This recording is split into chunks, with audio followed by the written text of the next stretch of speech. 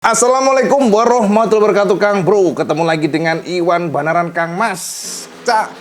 Jadi WP khusus di video ini kita akan menyoroti tentang bagaimana jalannya free practice hari pertama di hari Jumat di Sepang, Malaysia. Dan ternyata Cak, jika kita perhatikan sekali lagi, si Martinator luar biasa. Martinator menunjukkan bahwa dia mampu menjadi pembalap terkencang pada free practice pertama dan pada kedua. Yang sore harinya dia mampu nangkring di posisi kedua. Dan ternyata Alex Marquez menjadi pembalap terkencang di sana. Tapi Cak, jangan salah sampean. Nah ini yang kita perlu soroti Kang Mas ya. Karena WP melihat bahwa sepertinya ada sesuatu yang disimpan oleh Pecco Bagnaia. Jadi teman-teman yang mungkin sekarang fans dari Jorge Martin jangan senang dulu. Jangan gembira dulu. Karena jika kita lihat dan kita perhatikan, ternyata race pace pada saat menggunakan ban terpakai Pecco ini di atas rata-rata. Jadi pada saat melakukan simulasi race, ternyata Pecco menunjukkan bahwa dia sangat kencang. Makin kencang dan kencang, di saat lainnya drop, dia bisa memaintain performanya. Sepang Malaysia adalah salah satu kalender yang memang demanding bagi ban dan juga para pembalap pastinya. Karena suhu di Malaysia, di Sepang Malaysia ini panasnya ya. WP merasakan betul bagaimana Malaysia, Sepang yang berkali-kali WP nonton di sana. Dan dibandingkan dengan Mandalika mungkin agak beda. Jika Mandalika ada feel rasanya itu panasnya itu kan lembab banget ya.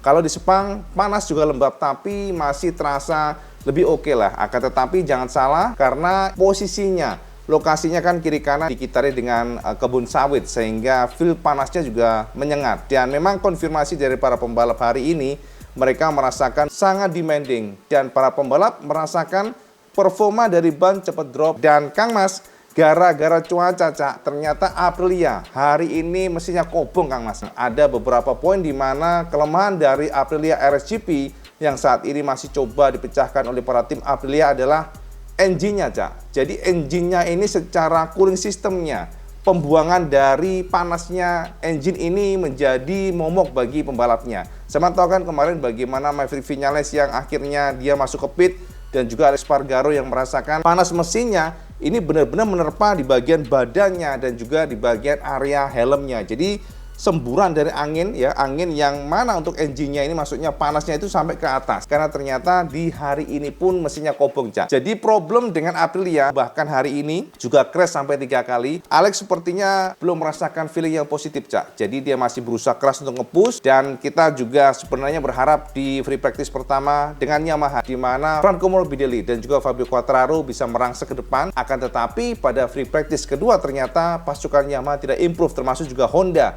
Sepertinya pada saat para pabrikan Eropa sudah makin naik, dilalah mereka tidak improve banyak. Jadi untuk memberikan gambaran kesampean, ya sebelum kita membahas yang detail, mari IWB akan bawa sampean untuk melihat secara detail sirkuitnya seperti apa. Dan bagaimana dengan speknya, dan bagaimana pula dengan layoutnya, dan siapa yang mengisi the best rider secara speednya di Sepang Malaysia, termasuk bagaimana hari ini, sama intip saja penjabaran IWB berikut ini. Nah Kang Mas, jadi sebelum kita melangkah kepada inti beberapa komentar para pembalap, perkenankan IWB menjelaskan dulu tentang informasi sirkuit yang akan digelar pekan ini untuk MotoGP. Dan bisa kita pastikan pekan ini para pembalap sudah datang ke Sepang Malaysia, bahkan hari ini sudah kelar melakukan free practice. Dan kita lihat di sini Cak, pada saat kita memperhatikan dari record time, all time recordnya pun dan juga top speednya yang menguasai di MotoGP ternyata Ducati. Dan ternyata pula all time record itu ditorehkan di tahun kemarin, yaitu tahun 2022 dengan Jorge Martin sebagai pembalap terkencang. Tapi sebelum kita melangkah ke sana, mari kita intip dulu seperti apa sirkuit Sepang Malaysia. Yang pertama Cak, Sepang Malaysia ini adalah sirkuit yang luar biasa. IWB juga pernah merasakan sendiri. IWB katakan keren parah karena sirkuit yang memiliki beberapa kelebihan dari pandangan IWB. Seperti straight-nya yang memiliki 2 straight yang panjang pula. Dan jika kita lihat di sini memang Petronas Sepang International Circuit, sebuah sirkuit yang memiliki pole position di sebelah kiri. Dan panjang dari sirkuitnya adalah 5,5 km dengan luas untuk aspalnya mencapai 16 meter. Sangat luas Cak. Dan juga untuk belokannya ini mencapai 10 untuk kanan. Jadi belok ke kanan ada 10 kali, sementara left corner itu ada 5. Dan teman-teman untuk meracik atau mempertahankan kemampuan ban, maka Michelin juga meracik sebuah ban asimetris di mana di bagian kanan dikerasin, sementara sebelah kiri sedikit dilunakin. Memang itu dilakukan oleh Michelin untuk mengakomodasi bagaimana pembalap akan banyak belok ke kanan dan tentunya akan ada gradasi atau abrasif yang luar biasa di sisi kanan untuk bannya. Lintasan lurus terpanjang itu mencapai 920 meter atau nyaris 1 kilo. Makanya para pembalap mampu menorehkan top speed yang cukup tinggi di sini dan kemudian dibangun di tahun 1998. Jadi sirkuit Malaysia Sepang ini dibangun di tahun 1998. Nah, untuk rekodnya, nah ini dia yang menarik, Cak. Jorge Martin menjadi pembalap dengan kecepatan yang luar biasa di tahun 2022. Best race lap-nya tembus di angka 1 menit 59.634 detik. Sementara untuk best pull ditorehkan oleh Martin dengan 1 menit 57.790 detik. Dan ini adalah all time record yang belum terpecahkan. Sampai hari ini pun masih belum terpecahkan, jadi masih dipegang oleh Jorge Martin. Dan untuk top speed ternyata dipegang oleh Andrea Iannone di tahun 2015 dengan Ducati lewat top speed 339,6 km per jam. Ini informasi untuk Petronas Grand Prix Malaysia. Next, kita lihat bagaimana hasil sesi hari ini, Cak. Yang pertama, Kang Mas, kita lihat di sini untuk Jorge Martin di pembukaan pada free practice pertama pagi, ternyata Martin mampu menjadi pembalap terkencang dengan lap time 1 menit 59.513 detik. Ini memang cukup jauh, Cak, dibandingkan dengan all time record. Tapi yang jelas ini belum, Cak. Nanti ada improve yang sangat luar biasa. Dan yang kedua adalah Alex Marquez. Ternyata Alex ini di Malaysia luar biasa, selalu nempel Martin dan selalu menunjukkan bahwa dia memiliki kecepatan. Dan yang mengejutkan adalah Joan Zarco pun sama. Zarco di sini luar biasa. Dan yang paling surprise adalah Franco Morbidelli dan juga Fabio Quartararo. Jadi teman-teman, Yamaha di Sepang Malaysia mampu menjadi tim Jepang yang luar biasa. Kita tahu memang secara record Yamaha ini berhasil beberapa kali juara di Sepang Malaysia. Dan ini terbukti hari ini kedua pembalap Morbidelli dan Quartararo mampu nangkring di posisi 45. Jadi top 5 masuk mereka, Cak. Dan lap time-nya adalah 2 menit 055 detik. Jadi ya kita lihat ya seperti apa nanti di free practice kedua. Dan kemudian Luca Marini ke-6. Lalu Alex Spargaro yang jatuh berkali-kali dan sempat kobong, Cak. Jadi bahasanya motornya terbakar. Dan kemudian ke-8 Marco Bezzecchi yang sepertinya masih belum fit benar untuk badannya ya. Jadi cederanya ini memang membuat secara stamina turun karena dia nggak bisa berolahraga secara ekstrim. Lalu 9 Pol Espargaro dan 10 Augusto Fernandez, 11 Jack Miller, 12 Miguel Oliveira, kemudian 12 Rolf Fernandez. Dan kita lihat di sini ternyata Pecco Bagnaia suffering dengan 15 dan kemudian disusul Enea Bastianini 16, kemudian Marc Marquez 17 dan Brad Binder.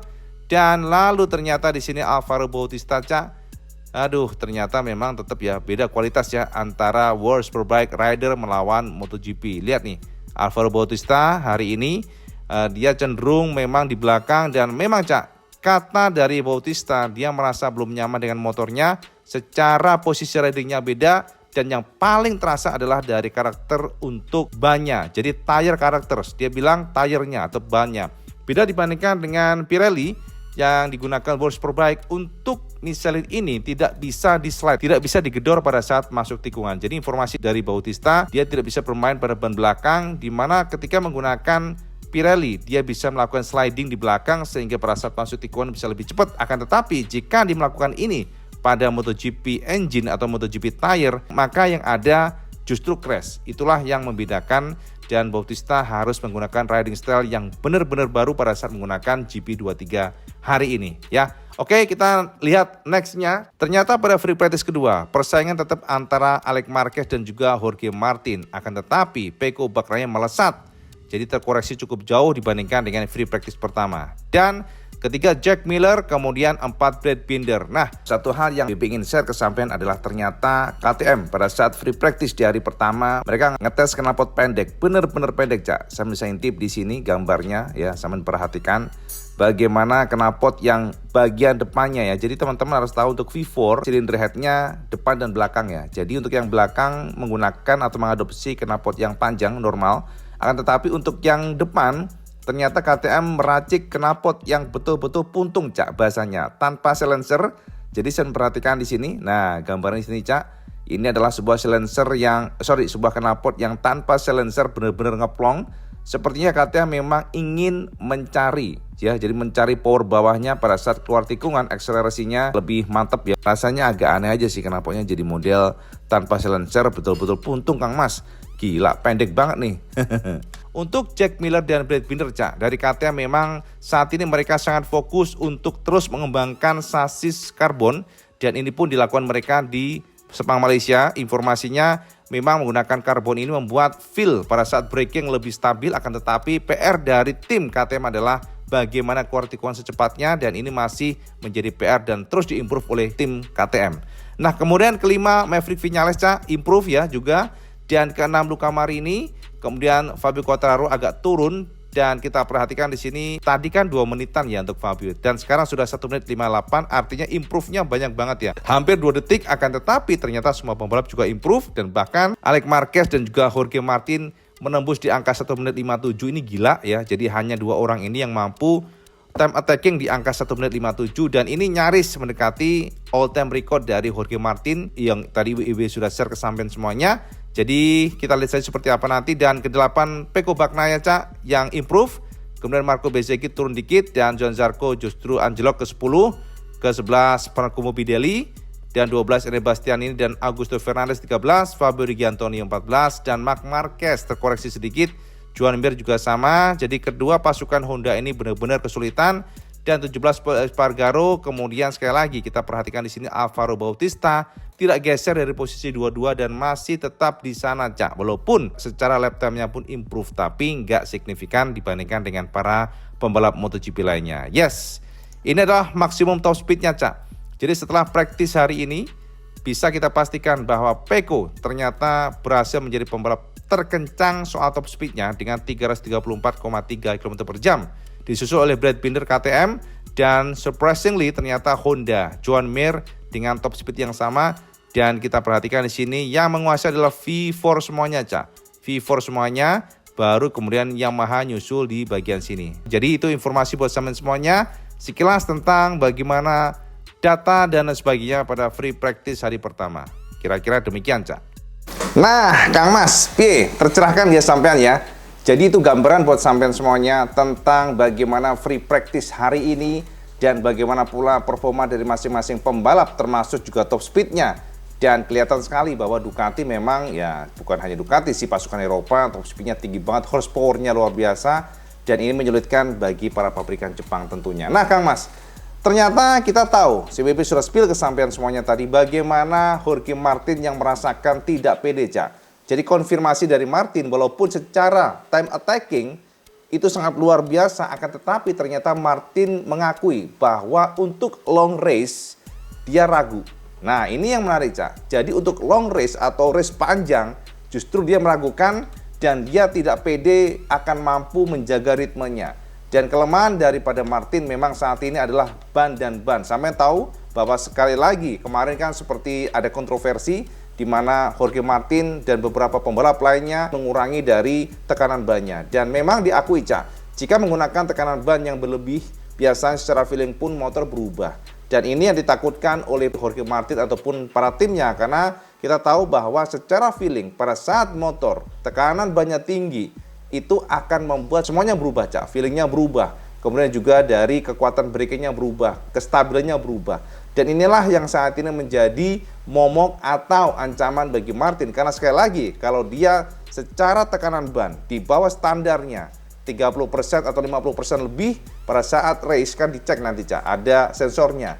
Dan jika ditemukan ternyata sama dengan kemarin, maka bersiaplah Martin akan diturunkan 3 detik ke belakang. Sudah di warning pertama kemarin, maka akan ada warning kedua, dan kedua ini adalah dia harus mundur 3 detik. Ini yang akan dihindari oleh Martin, dan kita lihat seperti apa bagaimana dia nanti berusaha. Nah, untuk memberikan gambaran kesampaian apa yang dikatakan Jorge Martin, kenapa dia nggak pede, dan bagaimana, seperti apa dia merasakan feelingnya. Berikut kata Jorge Martin yang IB terjemahkan dari MotoGP sebagai gambaran sampean semuanya. Targetnya langsung lolos ke Q2. Kami punya beberapa masalah dengan strategi karena aku memasang ban tercepat di pagi hari dan harus mengubah strategi. Tapi akhirnya aku bisa melaju cepat pada free practice 2. Dalam hal kecepatan, kami sangat kuat dan mampu membalap di bawah 1 menit 58 detik dan ini adalah waktu yang mengesankan. Kita lihat besok pagi. Sayangnya kami berada di batas performa sehingga akan sangat sulit untuk memperbaikinya. Dalam mode time attacking, aku membuat beberapa kesalahan jadi aku rasa besok akan lebih banyak kesalahan. By the way, dalam hal kecepatan kami hanya perlu bekerja keras di akhir balapan karena jujur kami akan kesulitan melakukannya pada race panjang. Aku merasa kuat di cuaca kering dan ini sangat penting. Terakhir kali saat wet race, aku menang, jadi aku yakin semua cuaca bisa berjalan dengan baik. Tapi aku berdoa agar balapan berlangsung kering besok. Nah, itu kata Jorge Martin, Cak. Jadi harapan dia adalah kalau bisa kering atau dry. Dia nggak suka dengan wet, tapi kalau wet no choice, tetap akan dia berusaha keras. Nah, itu konfirmasi dari Martin. Dan ternyata, Cak, jika kita amati konfirmasi pasca free practice hari ini dari Pecco Bagnaia, justru Pecco merasa sangat pede, Cak, dengan performanya pada long race. Nah, ini bedanya, Kang Mas. Jadi sama harus tahu bahwa GP23 memang terkenal, Cak, adalah salah satu motor terupdate Ducati yang sangat sempurna dari sisi elektronik. Braking point-nya sangat kuat, keluar tikungan sangat cepat, dan juga untuk manajemen tire-nya juga sangat bagus. Jadi teman-teman harus tahu, untuk memanage ban di luar daripada pembalapnya juga diperlukan elektronik yang sempurna. Dan untuk Ducati GP23 ini sinkronisasinya luar biasa antara Magneti Marelli dan semua paket yang ada pada GP23. Jadi inilah yang menjadi kekuatan Pecco Bagnaia. Dan berikut kata Pecco, di mana dia dengan senyumnya, Cak, senyum yang misterius, dia mengatakan bahwa aku pede, aku tidak khawatir karena aku kencang dengan ban bekas. Yes, itu kata Pecco Bagnaia, lengkapnya sampai inti berikut ini, Cak. Aku rasa kami sangat bagus, tidak mudah, tapi kami masuk 10 besar. Itu adalah tujuan maksimal hari ini. Yang pasti, melewatkan lap terakhir ini dengan yellow flag adalah hal yang memalukan karena potensi di depan terbuka. Tetapi aku sangat senang dengan kecepatan dan feelingku terhadap ban bekas. Jadi ini adalah hari Jumat yang sangat positif. Aku happy dengan apa yang aku rasakan dengan ban. Biasanya aku kesulitan dengan ban yang lebih lunak, tetapi sekarang tidak. Karena penting untuk menggunakan ban belakang ini pada kedua balapan dan pekerjaan kami hari ini sangat positif dengan ban bekas. Besok aku akan mencoba meningkatkan kemampuan membalapku di sini, namun kami sudah sangat dekat dengan top rider. Itu kata Pecco Bagnaia. Yes. Jadi satunya pede, satunya nggak pede, satunya merasa kayak was-was, satunya betul-betul sangat siap. Pecco Bagnaia dan Jorge Martin. Jadi Kang Mas, sama saja seperti apa besok. Dan yang pasti memang saat ini pressure-nya sangat kuat ya. Teman-teman harus tahu bahwa para pembalap ya, dan Martin ini kalau kita perhatikan semakin kesini semakin kayak galau, Cak. Bukan galau sih, kayak nggak tenang ya rasanya ya. Ini beda dengan Pecco yang sepertinya tenang banget walaupun dia sudah kehilangan angka. Poinnya, gapnya akan dipangkas kemarin di Thailand Buriram. Akan tetapi sepertinya hari ini juga sedikit ya agak di belakang lah ya dibandingkan dengan Martin. Tapi ternyata secara pede ya dia mengungkapkan bahwa apapun itu no problem karena dia merasa sangat kencang pada saat menggunakan ban used tire atau ban bekas ya. Maksudnya kalau sudah long race gitu biasanya tetap konsisten. Drop dari bannya sangat minim. Dan teman-teman, hari ini juga kita harapkan ya Yamaha ya, karena Yamaha sekarang ini sudah berusaha keras untuk membuat motornya memiliki kekuatan dari sisi corner speednya. Dan hari ini ternyata Fabio Quartararo mampu nangkring di posisi ke-7, bahkan ini lebih kencang dibandingkan dengan Pecco Bagnaia. Jadi hopefully harapannya kita adalah Fabio Quartararo bisa merangsek ke depan, kalau bisa top 5 atau kalau bisa mungkin top 3. Ini akan menjadi suatu hal yang luar biasa walaupun secara teknis, secara analisa memang cukup sulit, Cak. Ya nggak masalah lah, yang penting kita berdoa semoga Yamaha mampu ke depan ataupun ya Honda jangan berharap lah, Cak ya. Nah Kang Mas, ada 2 spill informasi sebelum kita tutup, yaitu yang pertama adalah ternyata Alberto Puig menolak atau membantah isu bahwa Honda akan menarik Aldeguer, ya kan? Aldeguer, saya tahu kan kemarin WB sudah share ke sampean bahwa diduga Honda akan menarik pembalap Moto2 Aldeguer. Akan tetapi ternyata hari ini secara keras Alberto Puig selaku bos HRC ya di MotoGP memberikan penekanan bahwa semua isu tersebut tidak benar. Dikatakan atau isu mengatakan bahwa HRC sudah ngontek Fermin Aldeguer untuk menjadi pembalap pengganti Marquez. Ini dikatakan tidak benar.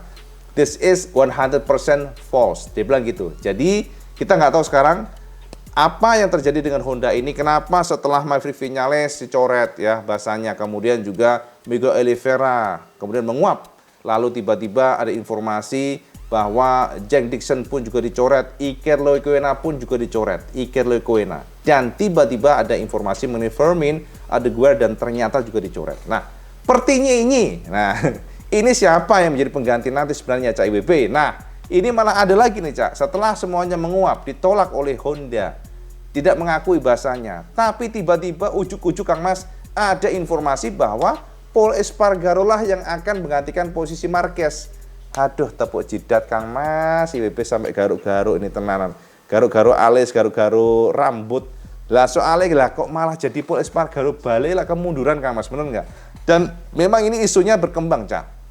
Isu berkembang dan bahkan dari Pol Espargaro sendiri sudah memberikan penegasan dia akan happy. Dia akan happy dan dia akan mau kembali lagi ke Honda jika memang Honda meminta. Itu konfirmasi dari Pol Espargaro, walaupun saat ini dari Gas-Gas atau KTM sudah menekan pula bahwa ke depan akan ditawarkan sebuah posisi yang menarik buat Pol Espargaro, yakni sebagai test rider dan juga beberapa program. Itu kata dari Gas-Gas, akan tetapi semuanya masih memang simpang siur, mengingat kita tahu sebelumnya ada A, B, C dan sebagainya, tapi tiba-tiba dilalah jebule kersane ngalah.